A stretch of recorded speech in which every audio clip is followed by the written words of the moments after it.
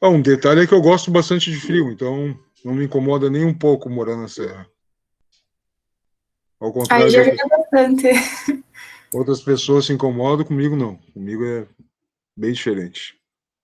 Então tá, deixa eu ver aqui. Tá, beleza. Apresentação guiada, tela inteira.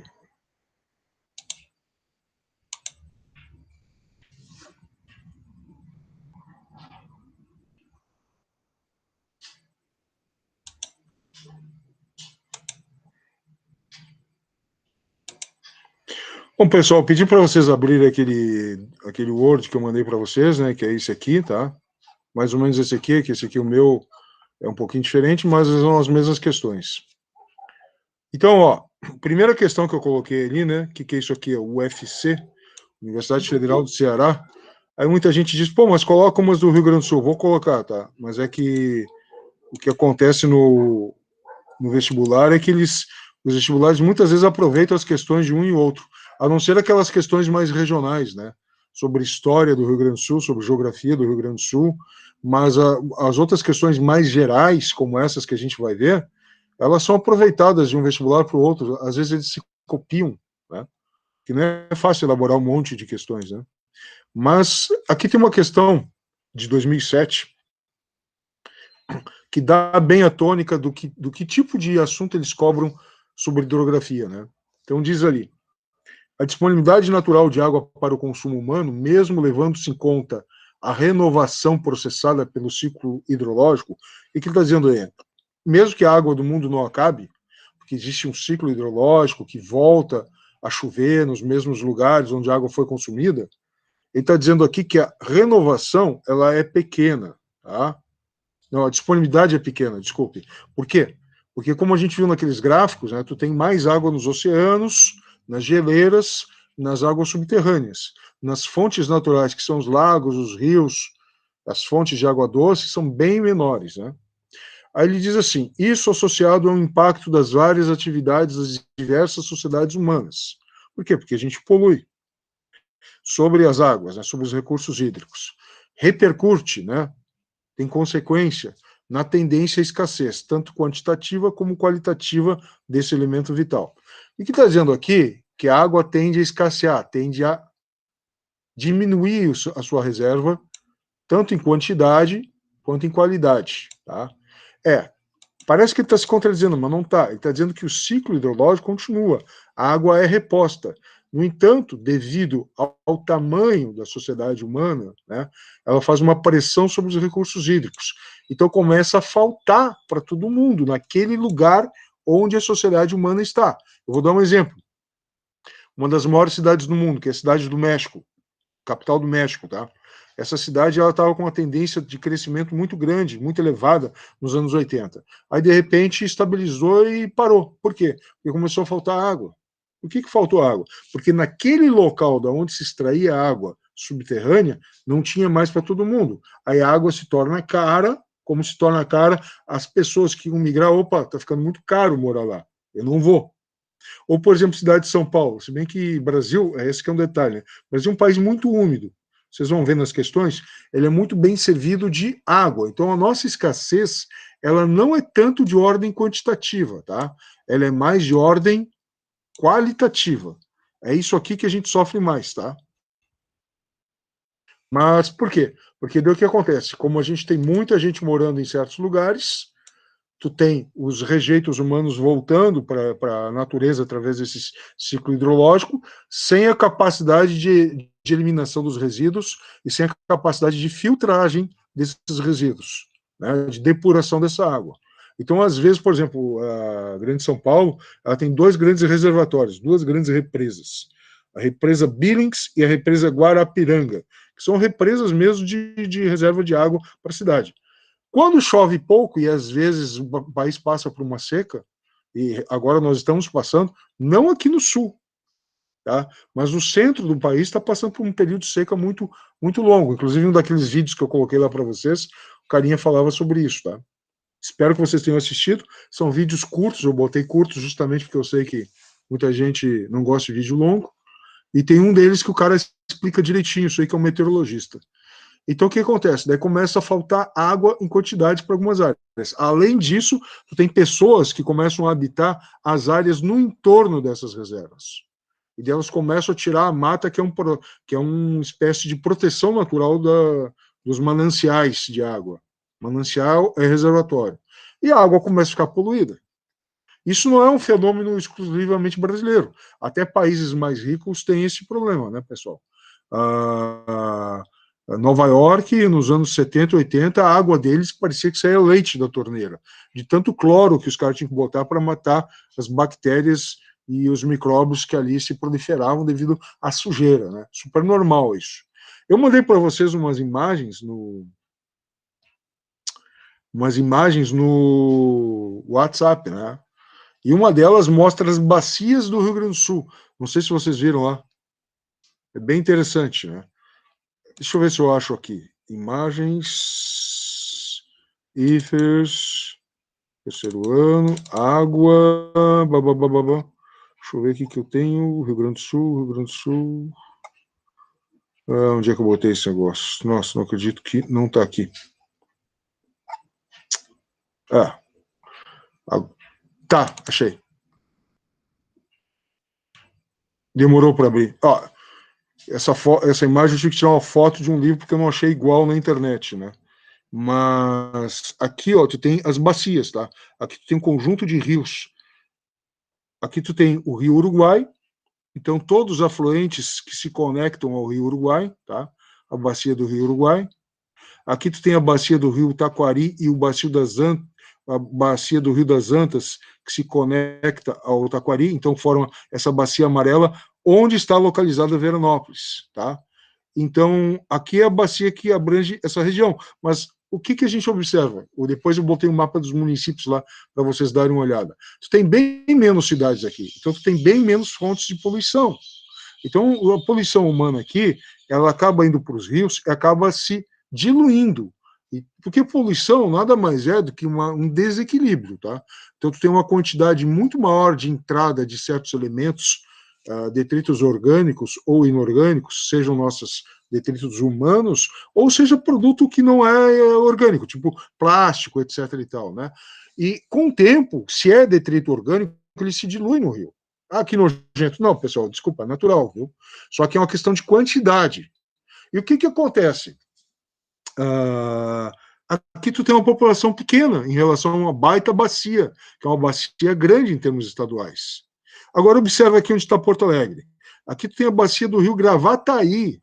Eu morei aqui, né? Faz anos já. Eu morava nasci em Canoas, me criei em Porto Alegre, e em adolescência até a juventude eu passei aqui numa cidadezinha próxima a Porto Alegre, chamada Cachoeirinha, né? A gente ia atravessar o rio Gravataí, e a água utilizada era do rio Gravataí. Então, quando tomava banho, tinha tanto cloro na água para limpar as impurezas, que o cloro ele meio que evaporava na água do chuveiro, saía com os olhos ardendo do banho, sem mentira nenhuma, né? Por quê? Porque é a maneira de limpar as impurezas, né? Aí tu acaba consumindo água com cloro, ou filtrada, que não elimina tudo, ou água trazida de outros lugares. Por exemplo, a gente consumia as águas minerais aqui, era muito comum as águas da fonte Juí, né? Águas da fonte Juí. Lá da cidade de Juí, obviamente, né? Então, só para fazer aqui essas questões, então, indique os processos naturais que constituem o ciclo hidrológico.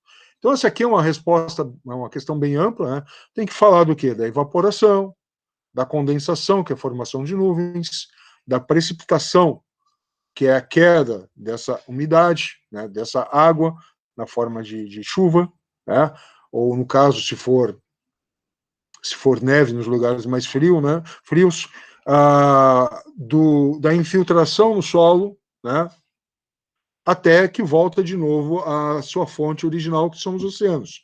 Ou seja, como é que tu responde essa questão? Tu olha aquele slide lá daquela trilha que eu botei para vocês, aquela figura, e repete os passos um por um ali. Essa aí é a resposta, né? Aponte duas causas para o aumento do consumo mundial de água nas últimas décadas, do século XX até os dias atuais. Bom, uma causa óbvia é o aumento populacional. É óbvio isso, né? Outra causa é que cada vez mais, para produzir alimentos, a gente precisa de irrigação. porque não dá mais para depender das águas das chuvas. Então, por exemplo, tu produz muito alimento no oeste da Bahia, que não é exatamente seco, mas não é tão úmido quanto, por exemplo, no litoral. Então, para ter uma agricultura constante e não perder produção, tu tem que irrigar aquela área, né? Então, duas causas aí: o aumento básico da população mundial e a produção, o aumento da produção agrícola, que precisa de mais água, tá? No Brasil, mesmo com reservas hídricas, que é a reserva de água, a situação da água não deixa de ser preocupante. Indique um fator de natureza física que favorece a abundância de águas superficiais ou que favorece a abundância de águas subterrâneas no Brasil. Bom, fator que favorece a abundância de águas, a gente vai estudar no próximo tema, semana que vem, eu acho, que vai ser sobre o clima. No Brasil predominam os climas úmidos, então nós temos chuva à vontade, e a América do Sul, de modo geral, não é só o Brasil, mas o Brasil é privilegiado porque quase metade da América do Sul é território brasileiro, né? Agora, a abundância de águas subterrâneas é devido ao predomínio de rochas porosas, rochas sedimentares. Como é que é rocha porosa? É o seguinte, pessoal. Sabe aquela esponjinha, aquela buchinha que a gente usa na pia para limpar a louça? Ou no tanque, às vezes? Pois bem, ela é uma esponja, né? Óbvio, né? Então, se tu encher de água e sabão ali, depois apertar ela, sai sabão, né? O que acontece? As rochas subsedimentares também são assim. Elas são porosas. E elas concentram água ali dentro. Então, quando tu tem uma grande quantidade de rochas sedimentares, tu tem muita água subterrânea. O maior aquífero, o que é aquífero? Conjunto de águas subterrâneas do mundo, está no centro-sul do Brasil. Na verdade, não pega só o Brasil, pega o centro do Brasil, lá aquelas bandas de Goiás, Mato Grosso do Sul, São Paulo, Paraná, Santa Catarina, Rio Grande do Sul, vem vindo para o sul, pega o Paraguai, pega a Argentina, pega o Uruguai. Se chama aquífero Guarani. Até onde se sabe, é o maior aquífero do mundo. Então dá para perfurar à vontade e extrair a água à vontade. Não é bem assim. Porque a água, dependendo de onde ela está, ela tem elementos químicos juntos, que não é só H2O. Às vezes tem impureza junto, né? Então tem que saber de onde tu está extraindo a água. Segundo lugar, que dependendo da quantidade de água que é extraída, tu pode provocar deslizamento de terra em cima. Então tem todo um estudo necessário antes de sair metendo uma sonda, uma broca para tirar a água aí, tá? Então são duas causas, né? Os climas que são favoráveis são muito úmidos e as rochas porosas no interior das grandes bacias sedimentares do Brasil, tá? Agora, um fator ou processo decorrente das atividades humanas que provoca a falta, né? A escassez quantitativa ou que provoca a escassez qualitativa de água potável, água que dá para beber em alguns estados brasileiros. Escassez quantitativa é quando tem um consumo maior do que a capacidade de reposição. Como a maior parte do nosso consumo é através da agricultura, é quando tu tem uma área onde a agricultura demanda cada vez mais água e tu não tem chuva na mesma quantidade. A ironia disso tudo, ironia não tristeza, né, é que o que acontece? A agricultura avança no norte do país, tá? Isso é uma teoria já bem estabelecida. O segundo vídeo que eu coloquei lá para vocês fala disso, tá? E é um vídeo de 5 minutinhos, pessoal. Não tem porque eu não assistir. Então mostra ali como, por exemplo, a agricultura avança na borda da Amazônia, diminuindo a umidade. Por que diminui a umidade? Porque o que concentra umidade na floresta são as árvores. Se tu diminui as árvores, tu torna aquilo um ambiente de savana, tipo cerrado, tipo savana africana, só com arbustos e árvores baixas. E aí tu tem menos água. Logo, quando chega o ciclo hidrológico e vem a evaporação, vai evaporar o que se tem menos água? Aí tu tem menos nuvens. Se tem menos nuvens, tu vai ter menos chuva no centro do país. Então, a escassez quantitativa se dá, entre outras razões, pelo avanço da agricultura em áreas de florestas. Isso não é um discurso contra a agricultura. Nós precisamos das áreas agrícolas. Só que a questão é que tu tem que ter preservação de matas também, né? Tem que ter uma quantidade. E na Amazônia é o seguinte: como as terras lá são muito grandes, cada proprietário tem que preservar 80% das suas matas. É bastante? É. Só que lá as propriedades dos caras são muito grandes. E aqui no Centro-Sul? Aqui é cerca de 20%. Então dá para aproveitar bem a terra, né? Só que 20% das matas tem que ser preservado, senão tu não tem... Por exemplo, na beira de córregos, se tu tirar todas as matas, os rios ficam totalmente cheios de terra, a gente chama isso de assoreado, né? E logo a qualidade dessa água está péssima. Então essa é uma das razões da escassez qualitativa. A qualidade das águas se deteriora em função, por exemplo, do desmatamento, quando tira as árvores e a erosão provoca um deslizamento de terra para dentro do rio, ou lixo urbano, né? Lixo urbano jogado nos córregos. Tem cidade grande, e não é só a zona de periferia de classes mais pobres, não. Até em lugares, nós estávamos falando aqui de Florianópolis no início da aula, né? Antes de alguns alunos entrarem, Florianópolis está cheio de restaurante que chique, todo metido a chique na frente, na entrada. Aí tu vai na parte de trás, tu olha o cano de esgoto jogando na Lagoa da Conceição. Ah, mas os caras não têm esgoto sanitário na cidade, a culpa não é deles. Tá certo, falta parte do governo, concordo. Mas uma fossa sanitária toda nos conformes, de acordo com a legislação, o cara gastaria ali uns 15 mil reais. É caro? É. Mas para um restaurante que cobra, sei lá quanto, por um prato de comida que na temporada enche de cliente, não daria para fazer isso? Então, às vezes é meio que uma desculpa de manco não fazer as coisas, porque o governo não faz a parte dele, né? Não, eu sei que não é querer desculpar as ações governamentais. Falta, em todos os níveis, municipal, estadual, federal, cumprir essa parte. 49%, 48% dos municípios brasileiros não têm tratamento de esgoto ainda. Falta esses governos fazerem sua parte. Mas isso não é desculpa para quem tem condições a se adiantar, né? Bom, aqui está a resposta. Uma outra questão aqui que tem esse gráfico, né, que é um gráfico que mostra claramente a distribuição de água no mundo, né? A imensa maioria nos oceanos. Uma pequena parte, menos de 3%, são as águas potáveis, a água doce. Dentro dessa água doce, a maioria é geleira, água subterrânea, e menos de 0,1% é a água dos reservatórios que nós consumimos. A maioria deles lagos, umidade do solo, e vapor d'água, rios, etc. Então, a seguir, considerando também seus conhecimentos sobre a questão da água no planeta, assinale a alternativa que interpreta corretamente o gráfico. Que interpreta corretamente esse gráfico, tá? A primeira alternativa. Os estoques de água doce representam uma ínfima, uma pequeníssima parcela do total, do montante geral das águas no planeta.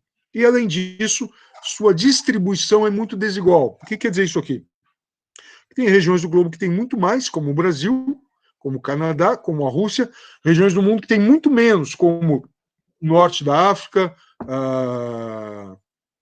o Oriente Médio, a Austrália mesmo, né? Então, a letra A está certa. Né? Não tem nem que discutir muito, é essa daqui. Tá? Letra B, o que está errado nela? Mesmo gráfico, verifica-se que a maior parte do estoque de água doce está presente nos lagos naturais. Não, não é. A maior parte de água doce é essa parte aqui, ó. A maior parte do estoque não está nos lagos, está nas geleiras. Os lagos eles estão dentro desse pedacinho aqui, ó. Dentro desse pedacinho aqui, eles formam a maioria. Mas dentro da água doce geral, a maior parte está nas geleiras. Então, né?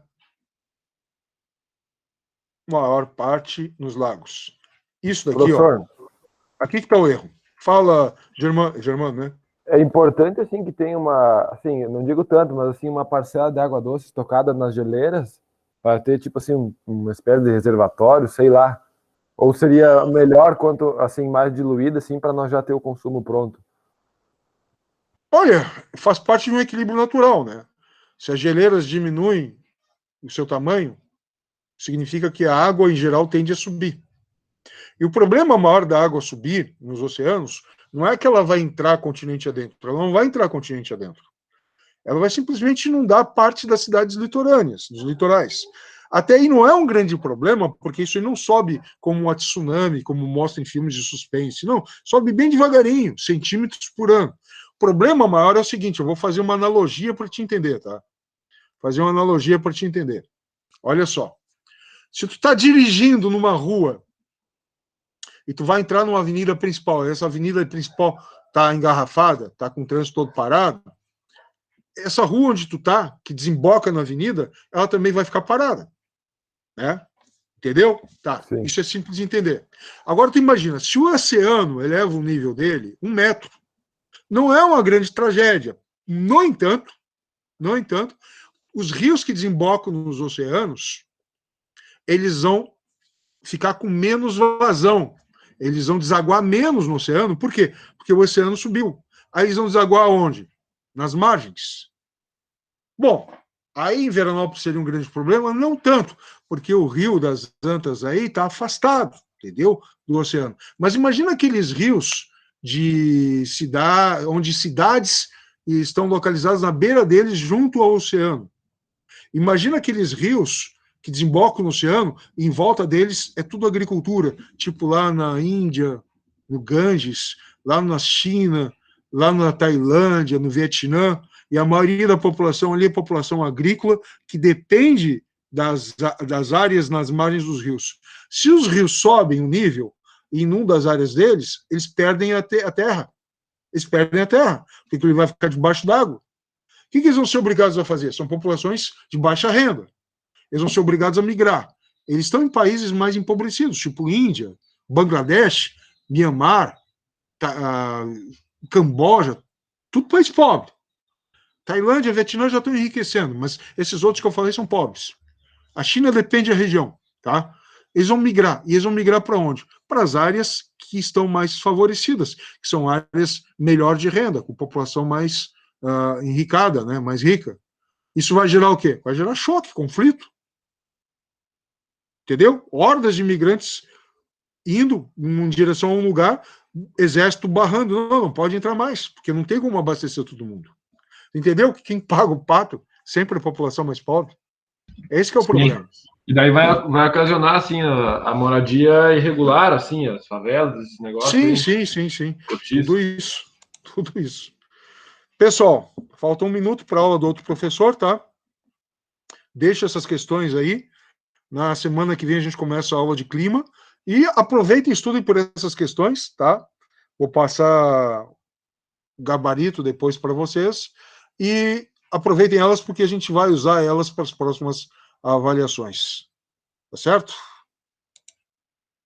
Então é isso aí. Espero que todo mundo tenha colocado o nome no chat para eu dar presença. Um abraço para vocês e boa aula aí. Tchau, professor. Tchau, Evelyn. Tchau, professor. Valeu, até mais. Tchau.